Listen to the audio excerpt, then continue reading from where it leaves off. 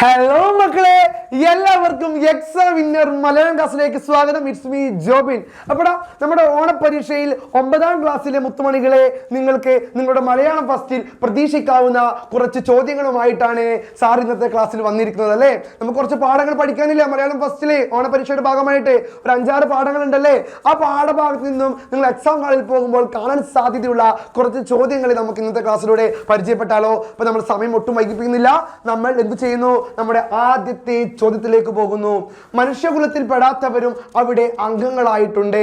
പാത്തുമ്മയുടെ ആട് ഒരു സത്യമായ കഥ അല്ലേ. ഇപ്പൊ നമ്മുടെ പാഠഭാഗമാണ് പാത്തുമ്മയുടെ ആട്. അപ്പൊ പാത്തുമ്മയുടെ ആടിൽ നിന്നും ഒരു വൺ വേർഡ് ഇത്തരത്തിലുള്ള ചോദ്യം നമുക്ക് പ്രതീക്ഷിക്കാൻ സാധിക്കും. എന്താണ്? വീടിനെ കുറിച്ചുള്ള ബഷീറിന്റെ കാഴ്ചപ്പാടിന് യോജിച്ച ആശയം ഏത്? മനുഷ്യകുലത്തിൽ പെടാത്തവരും അവിടെ അംഗങ്ങളായുണ്ട്. എവിടെ? ബഷീറിന്റെ വീട്ടിൽ അല്ലേ. ബഷീർ ഒരുപാട് കാലം കഴിഞ്ഞ് എവിടേക്ക് പോവുകയാണ്? ബഷീറിന്റെ വീട്ടിലേക്ക് പോവുകയാണ്. അപ്പൊ അവിടെ ആരൊക്കെയുണ്ട്? പട്ടി, പൂച്ച, പാത്തുമ്മേന്റെ ആട്, 900 എലികള്, പൂച്ച, പിന്നെന്താണ്?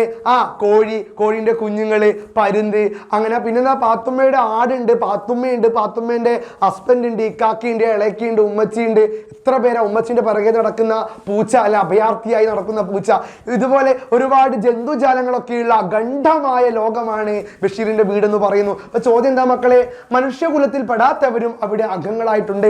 ഞാൻ സ്ത്രീ സമയം പറഞ്ഞപ്പോൾ നിങ്ങൾക്ക് മനസ്സിലായി കാണുമല്ലേ അവിടെ ഏതാണ് ഉത്തരമെന്ന്. നമുക്ക് ഓപ്ഷൻസ് ഒന്ന് വായിച്ചു നോക്കാം.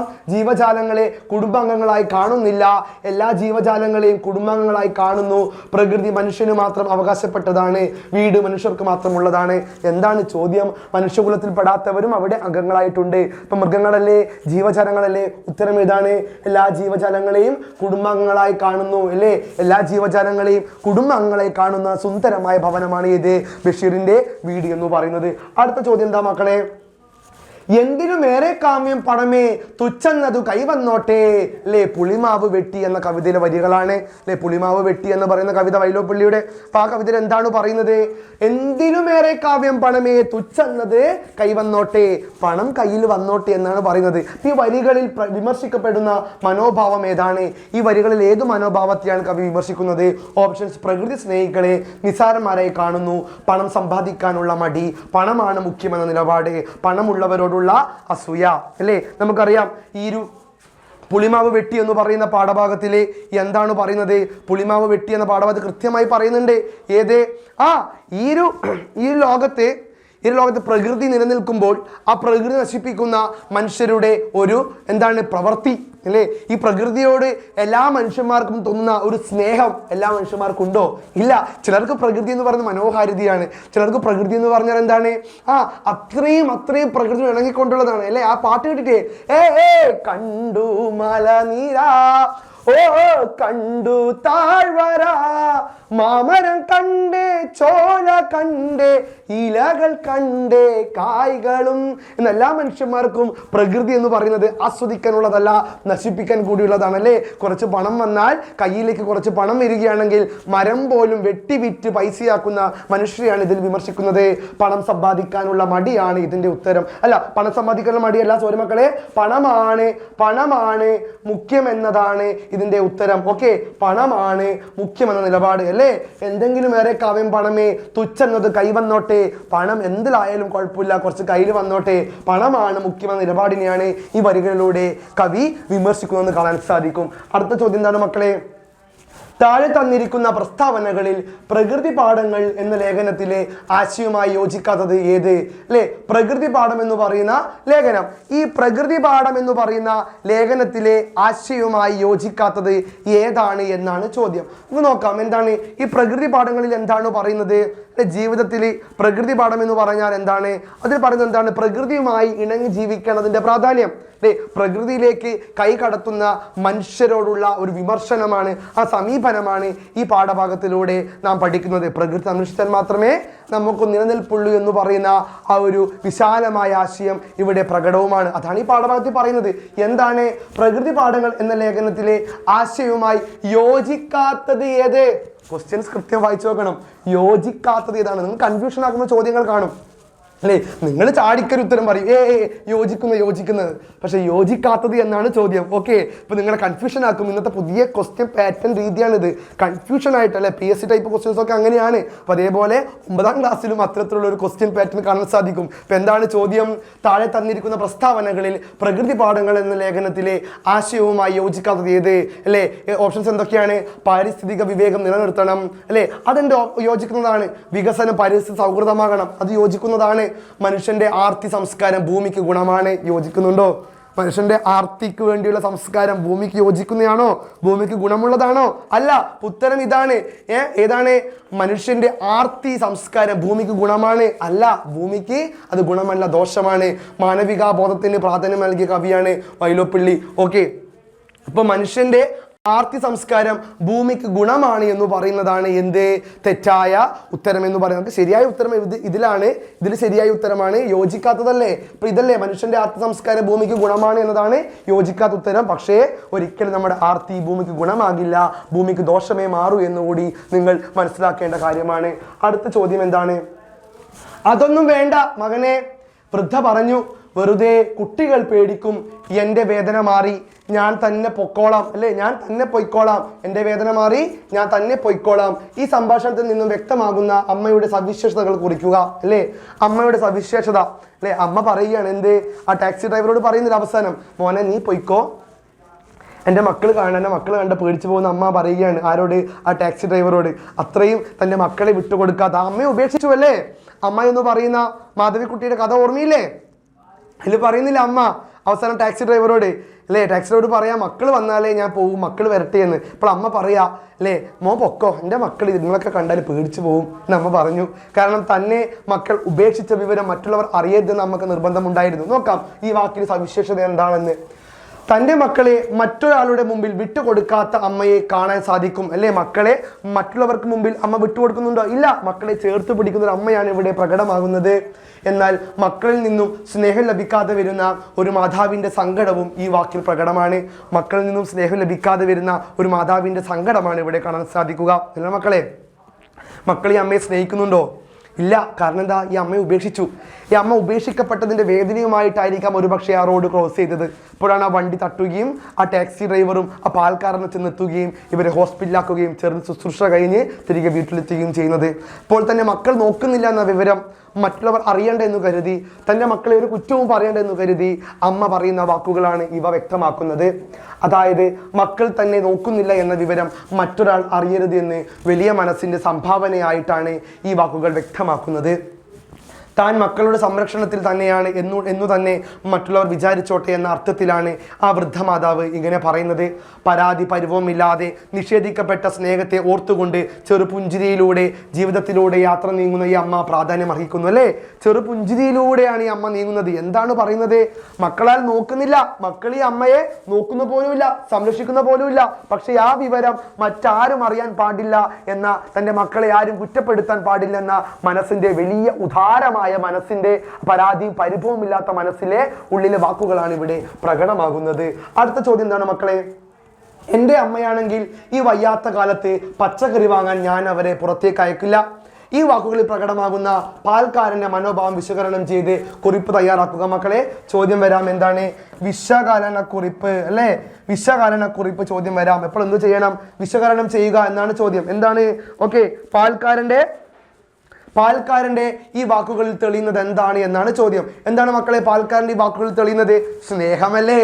അല്ലേ? നിസ്വാർത്ഥപരമായ സ്നേഹം. എന്താണ് നമുക്ക് ഏറ്റവും കൂടുതൽ ഈ പാഠഭാഗത്ത് മലയാളം, ഈ 9ാം ക്ലാസ്സിലെ മലയാളം ഫസ്റ്റിൽ കാണാൻ സാധ്യതയുള്ള ഏറ്റവും കൂടുതൽ ക്വസ്റ്റ്യൻസ് കാണാൻ സാധ്യത ഈ ഒരു മലയാളം ഫസ്റ്റിലെ ഈ അമ്മ എന്ന പാഠഭാഗം എന്നായിരിക്കും. ഓക്കെ, അപ്പോൾ നിങ്ങൾ ശ്രദ്ധിക്കേണ്ട കാര്യം എന്താണ്? പാൽക്കാരന്റെ മനോഭാവം, എൻ്റെ അമ്മയാണെങ്കിൽ ഞാൻ ഒരിക്കലും എൻ്റെ അമ്മയെ പച്ചക്കറി വാങ്ങാൻ അയക്കില്ലെന്ന് പറയുന്നു. ഈ പാൽക്കാരന്റെ മനോഭാവത്തിൽ തെളിയുന്ന ആ ഒരു മനോഭാവം എന്താണ് എന്നാണ് ചോദ്യം. നോക്കാം. ഈ വരികളിൽ പറയുന്നത് പാൽക്കാരന് അമ്മയോടുള്ള സമീപനമാണ്. എൻ്റെ അമ്മയാണെങ്കിൽ ഞാൻ വയസ്സായ കാലത്ത് പുറത്തേക്ക് നടക്കാൻ പോലും വിടില്ല എന്ന മഹത്തരമായ സ്നേഹത്തെയും മാനസിക വലുപ്പത്തെയും ഈ വാക്കുകളിൽ കാണാം. പാൽക്കാരൻ്റെ വാക്കുകളിലൂടെ തെളിയുന്നതും മാതാപിതാക്കളോട് മക്കൾ വെച്ചു പുലർത്തേണ്ട സ്നേഹത്തെയും കടമയുമാണ്, അല്ലേ? മാതാപിതാക്കളോട് മക്കൾ വെച്ചു പുലർത്തേണ്ട സ്നേഹത്തെയും കടമയുമാണ് പാൽക്കാരൻ്റെ മക്കളെ ഈ വാക്കുകളിലൂടെ തെളിയുന്നത്, അല്ലേ? എന്താണ് പറയുന്നത്? എൻ്റെ അമ്മയാണെങ്കിൽ ഞാൻ ഒരിക്കലും ഇങ്ങനെ അനുവദിക്കില്ല. എൻ്റെ അമ്മയെ ഞാൻ ഒരിക്കലും ഒറ്റയ്ക്ക് ഇങ്ങനെ പുറത്ത് വിടില്ല എന്ന് പാൽക്കാരൻ പറയുന്നു. അത്രയും സ്നേഹമാണ് പാൽക്കാരൻ ആരോട്? തൻ്റെ മാതാവിനോട്. പക്ഷേ ഇന്നത്തെ കാലത്തെ മാതാപിതാക്കളെ വൃദ്ധസദനങ്ങളിൽ കൊണ്ടാക്കുന്ന, മാതാപിതാക്കളെ പൂക്കളെ പറിച്ചിടുന്നത് പോലെ ഉപേക്ഷിക്കുന്ന മക്കളെ കുറിച്ചുള്ള വിമർശനം കൂടിയാണ് അമ്മ എന്ന കഥ മാധവിക്കുട്ടിയുടെ. ഓക്കെ, പാൽക്കാരൻ എന്ന് പറയുന്ന കഥാപാത്രം ചിലപ്പോൾ ചോദിക്കാം, നിങ്ങൾ പഠിച്ചു പോവുക. അമ്മയും കുറിച്ചും കഥാപാത്ര നിരൂപണം ചോദിക്കാം, നിങ്ങൾ പഠിച്ചു പോവുക. അടുത്ത ചോദ്യം എന്താണ് മക്കളെ? ചന്ത കൂടിയ ബഹളമാണ് അവിടെ പാത്തുമ്മയുടെ ആട്. അപ്പൊ പാത്തുമ്മയുടെ ആടിൽ നിന്ന് ചോദ്യം പ്രതീക്ഷിക്കാട്ടോ. ബഷീറിനെ അശാന്തിയിലേക്ക് നയിച്ച സാഹചര്യങ്ങൾ വ്യക്തമാക്കാൻ ഈ പ്രയോഗത്തിന് കഴിയുന്നുണ്ടോ? സ്വ അഭിപ്രായ കുറിപ്പ് തയ്യാറാക്കുക. എന്താണ് മക്കളെ? സ്വ അഭിപ്രായ കുറിപ്പ് തയ്യാറാക്കാനാണ് ചോദ്യം. നമുക്ക് ചോദ്യം പ്രതീക്ഷിക്കാം. സ്വ അഭിപ്രായ കുറിപ്പ് അല്ലെ, സ്വ അഭിപ്രായം തയ്യാറാക്കാൻ ചോദ്യം പ്രതീക്ഷിക്കാം. എന്താണ് സ്വ അഭിപ്രായം എന്ന് പറഞ്ഞാൽ? സ്വന്തം അഭിപ്രായം, നമ്മുടേതായ അഭിപ്രായം എഴുതാൻ ചിലപ്പോൾ ചോദ്യം വരാം. എന്താണ്?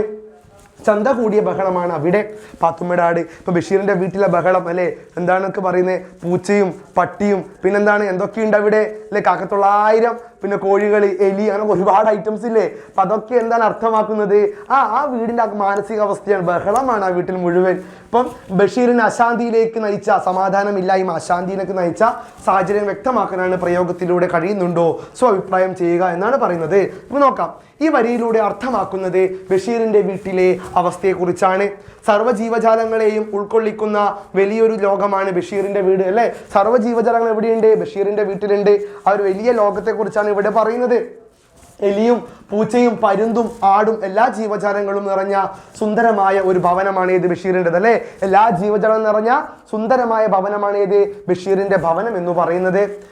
കൂടാതെ പാത്തുമ്മയും ഉമ്മയും ഉപ്പയും പെങ്ങന്മാരും എല്ലാം അടങ്ങുന്ന വലിയൊരു സമൂഹമാണ് ബഷീറിന്റെ വീട്. ഈ അശാന്തമായ ഭവനത്തിലേക്കാണ് ബഷീർ വരുന്നത് എന്ന ധ്വനി വായനക്കാർക്ക് എത്തിക്കാൻ ഈ വരികളിലൂടെ സാധിക്കുന്നു. ബഷീർ ഒരുപാട് യാത്ര കഴിഞ്ഞ് വരികയാണ് വീട്ടിലോട്ട്. അപ്പൊ വീട്ടിലോട്ട് വരുമ്പോൾ അവിടെ എന്താണ് ബഷീറിനെ കാത്തിരിക്കുന്നത്? ഉമ്മയുടെ അഭയാർത്ഥിയായി വരുന്ന പൂച്ച. ആ പൂച്ചയെ പേടിച്ച് മച്ചിന്റെ പുറത്തിരിക്കുന്ന എലികള്, കാക്കത്തൊള്ളായിരത്തിലോടെ എലികളല്ലേ. പിന്നെയോ ആ കോഴികൾ, കോഴിക്കുഞ്ഞുങ്ങള്, പൂച്ചയുണ്ട്, പിന്നെ പാത്തുമ്മയുടെ ആടുണ്ട്. എന്തൊക്കെ ജീവജാലങ്ങളാ. കൂടാതെ ഈ പാത്തുമ്മയുടെ ഇക്കാക്കിയും ഇത്താത്തിയും പെങ്ങന്മാരും അനിയന്മാരും എല്ലാവരും ഉള്ളൊരു വീട്. ആ വീടിന്റെ അശാന്തമായ ചന്ത പോലെയുള്ള ബഹളമാണ് വീട്. ആ വീട്ടിലേക്ക് അശാന്തമായ സമാധാനമില്ലാത്ത അന്തരീക്ഷത്തിലേക്കാണ് ബഷീർ തൻ്റെ ഊര് ചുറ്റൽ കഴിഞ്ഞു വരുന്നതെന്ന ധ്വനിയാണ് ഈ ക്വസ്റ്റ്യൻസിലൂടെ നിങ്ങളോട് പങ്കുവയ്ക്കുന്നത്. ഓക്കെ, അടുത്ത ചോദ്യം എന്താണ്? ആന ഡോക്ടർ എന്ന് പറയുന്ന പാഠഭാഗത്തു നിന്നാണ്. ആന ഡോക്ടർ എന്ന് പറയുന്ന പാഠഭാഗത്തു നിന്ന് ഈ ചോദ്യം പ്രതീക്ഷിക്കാം. അദ്ദേഹം ആ കുട്ടി ആനയുടെ നെറ്റിയിലും ചെവിയിലും തട്ടി സാന്ത്വനപ്പെടുത്തി. കുട്ടിയാണ് അത് കാത് നിലച്ചാൽ തലയ്ക്ക് ചൂട് കയറിയേക്കും ഡോക്ടർ പറഞ്ഞു. ഈസി എന്ന് ഡോക്ടർ പറഞ്ഞു. കൈ രണ്ടും മുന്നിൽ നീട്ടി അദ്ദേഹം അതിൻ്റെ അടുത്തേക്ക് നടന്നു.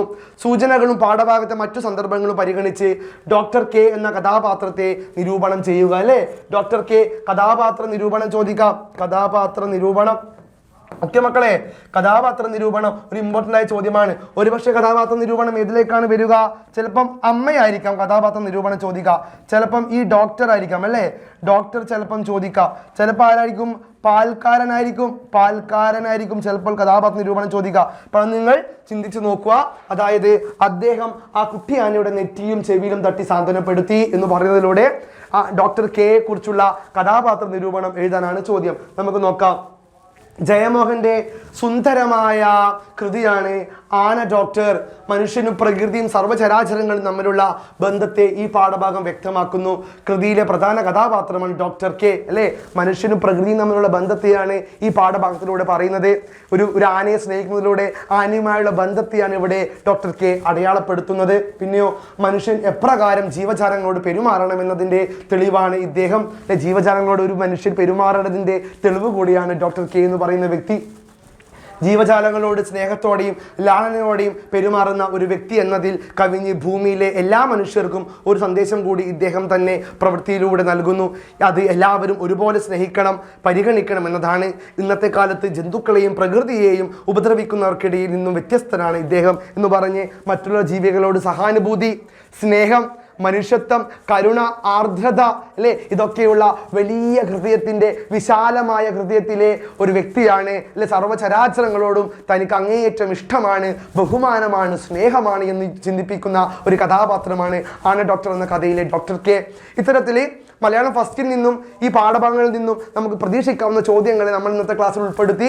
ഓക്കെ, അപ്പോൾ എല്ലാവരും പരീക്ഷ ഉഷാറായിട്ട് എഴുതുക, നമ്മൾ പഠിച്ചു പോയിട്ട് എഴുതുക. ഓക്കെ, നമ്മൾ പഠിച്ചു കഴിഞ്ഞാൽ നമുക്ക് നേരിടാൻ കഴിയാത്തതായിട്ട് അല്ലെങ്കിൽ വിജയിക്കാൻ കഴിയാത്തതായിട്ട് ലോകത്തൊന്നുമില്ലടാ. അപ്പോൾ സെറ്റായിട്ട് പഠിക്കുക, എല്ലാവരും അടിപൊളിയായിട്ട് എക്സാം എഴുതുക. ഇനിയും ഇതുപോലെ ക്ലാസ്സുകളുമായിട്ട് അടുത്ത ക്ലാസ്സിൽ കാണാമെന്ന് പറഞ്ഞുകൊണ്ട് ഞാൻ പോട്ടെ. It's me Jobin from examiner. Bye bye.